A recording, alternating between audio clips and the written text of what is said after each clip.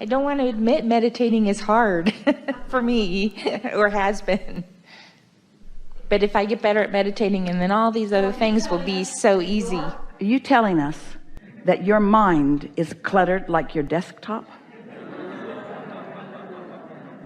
So when you sit to meditate, you can't clear your mind? It's just a belief you keep thinking, bogus belief. You've been telling me that for years. Maybe you don't want to quiet your mind, just like Esther doesn't want to give up the stuff in her boxes. Are you afraid to give up thoughts for fear they'll go away and never come back? Are you worried about releasing thoughts and getting into a non-thought place, and then you'll be so detached that you can't get back? Is there some rationale or irrationale to that? I don't know, maybe letting go of thoughts is losing control. But it isn't. That's what you think. It's complete gaining of control. So we're going to give you, specific to you, and if it feels like it fits you, then it's for you too. You're really going to like this. Instead of meditating, instead of calling it meditation, which is one of those big words that you've already decided you're not good at, or it doesn't work for you, or that you don't want to do, or whatever, it doesn't matter. Instead of meditating, say to yourself, I'm going to sit for 15 or 20 minutes, not more, and reach for a place of satisfaction.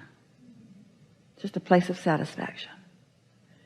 Esther has been following our encouragement to meditate. She knows that we encourage her to listen to a fan, listen to the air conditioning, just find something to focus upon. Actually not that rewarding, but it really works for her. And then yesterday, for the first time, she went with friends to a place where there was a guided meditation here in the city, in a crystal salt room. You might know about it if you're from around here. And at first Esther thought, this is really silly, because I know how to meditate. I get deep, and I get deep fast, and I like it, and I'm good. Abraham would give me an A for meditation. I'm really good at meditation. So what am I doing? Why am I going to do it with others? I know it's not more powerful with their others. I know I don't need to be guided because I've already got guidance. So she just went because it sounded fun to go with her friends, and they wanted to go, and they encouraged her, and she wanted to go, and she wanted to be with them, so she went. And they got there, and very nice people. There were 10 of them that were going to go into this room, and they had them all sit on a bench, which was kind of cute and made her feel like she was in grade school again. They encouraged them to take off their shoes, and she was always happy to do that. Gave them some little booties and talked a little bit about the room and the salt room that they were going to go into. And Esther didn't know. She had heard it was a cave. So she didn't know what to expect. It was in a building, so she wasn't sure what the cave was going to be. And when they walked inside, it was delightful because they had taken salt crystal that had been imported from somewhere, and it was all around on the walls. It had been installed like your fireplace brick might be. But the most delightful thing was that there was like a sand floor, but it was salt crystals.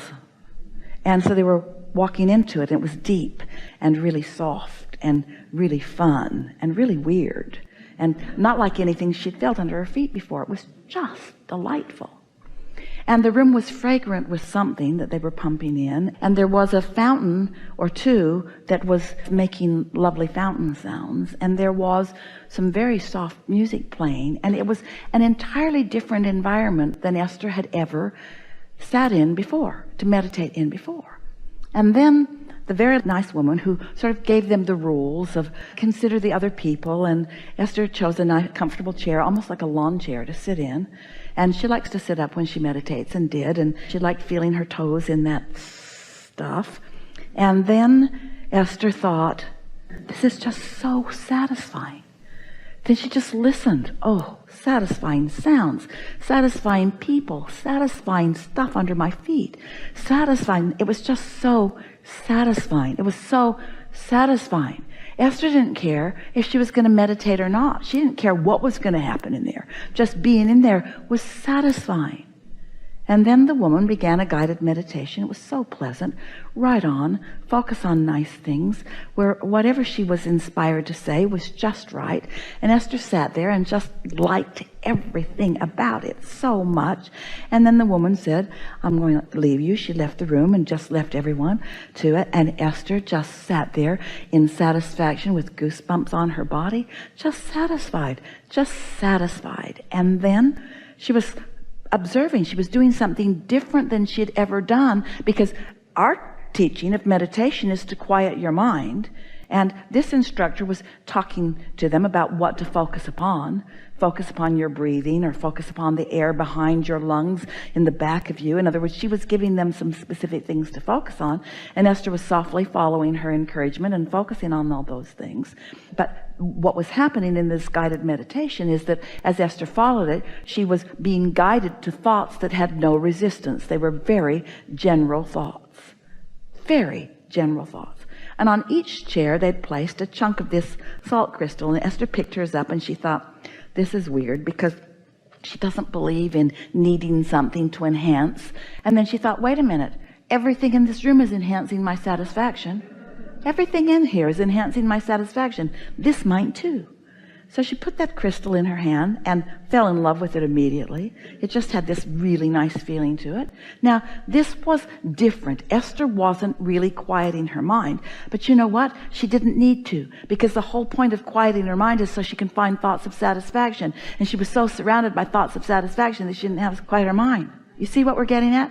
There are so many ways that you can go about so many things. There's not just one way to do things. We teach quieting your mind. Esther likes to listen for a fan, because there's sound like that in every hotel room, and there's not a salt cave in every hotel room. If Esther becomes dependent upon the salt cave and the fountain and the smells and the guy, then she's going to meditate only when she comes here, you see. But satisfying.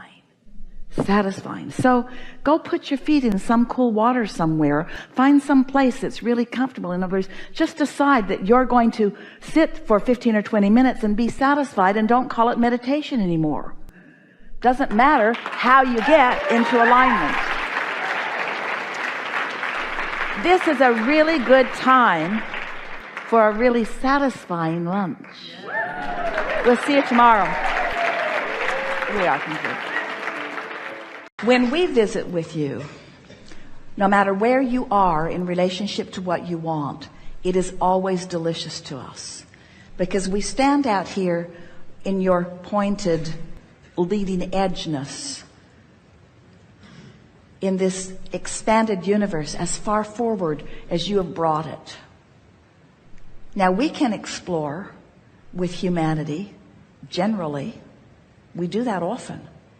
We step back and rest in the delicious general view of humanity and planet Earth and expansion.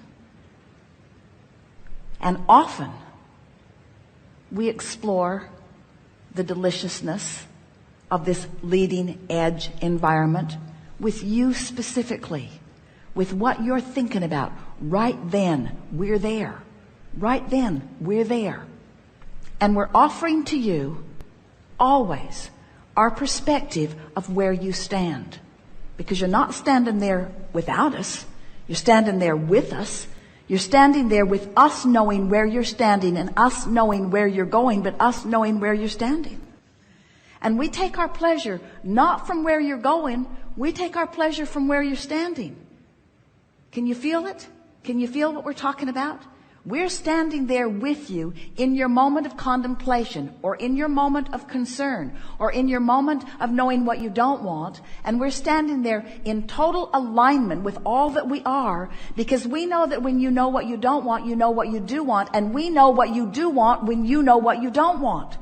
When you're standing there in a focused moment and you know what you don't want, we know what you do want. And guess what we're focused upon? We're focused upon what you do want and reveling in what you do want. And it doesn't have to manifest in order for us to feel the pleasure of it, because we are vibration. We're all about vibration. And you don't have to have the manifestation of it either in order to feel the exhilaration of it. And when the manifestation of it stops being necessary to you and is unnecessary to you like it is unnecessary to us, now you've created the perfect grid in the perfect moment. And now the manifestation must come, because in this leading edge environment, all that is asked for is given. And when you allow it, it is revealed to you in that moment, you see. There's no reason for you to hold yourself off from anything you want. But there's no reason for you to want the culmination of everything you want either. Because there's so much potential for satisfaction right where you are. If you would spend just a little bit of time over the next few days just making lists of things that you appreciate from right where you stand, you would shore up a grid that would begin to fill in immediately. But if you do it because you want the grid to fill in, rather than because you're appreciating, then you're not appreciating. Then you're trying to fill the grid in. And that's what goes wrong with so many deliberate creators. You're getting your cart before your horse. And what we've been talking about all day here today, in fact recently, is the vibrational basis, which is your point of attraction, over which you have complete control. Do we want you to control it all day, every day? No. We love it when you get out of whack with who you are. You know why? It makes you more pointedly want to get into alignment with who you are. And you would not be who you are, and therefore we would not be who we are, if you were not willing to get out of whack with who you are. You're leading edge pioneers. You're carving it out. You're exploring. You're weighing the pluses and the minuses, the pros and the cons. You know what you don't want. You know what you do want. You're the focuser of the energy, you see. You just get us pointed in the direction of what you want, and we go all the way there and revel in it, and we hold steady to a vibration that can be the basis of your grid and is ultimately the basis of your grid. In other words, your vibrational grid is so solidly in that of well-being that in the moment that you release from this physical time-space reality, you will return to the well-being of that grid. But it is so much fun to be specifically focused with you in the specifics of your life while you are feeling good. We want you to never again feel uncomfortable about any negative emotion that you hold, because your negative emotion only means one thing. You are temporarily not in alignment with all that you have become. But no harm comes from your negative emotion. The greatest harm that you could identify, if you even wanted to use that word, would be you are depriving yourself of the good feeling that would be there if you weren't doing that thing that is depriving you of the good feeling. But that's as far as it goes. There are not things that you are doing that are depriving you of the goodness of your grid. It's stable, it's sure, it's true, and it's eternal. And you are here in this physical experience with powerful intentions to explore with delight and amazement. You are here to create and be amazed at what you have created.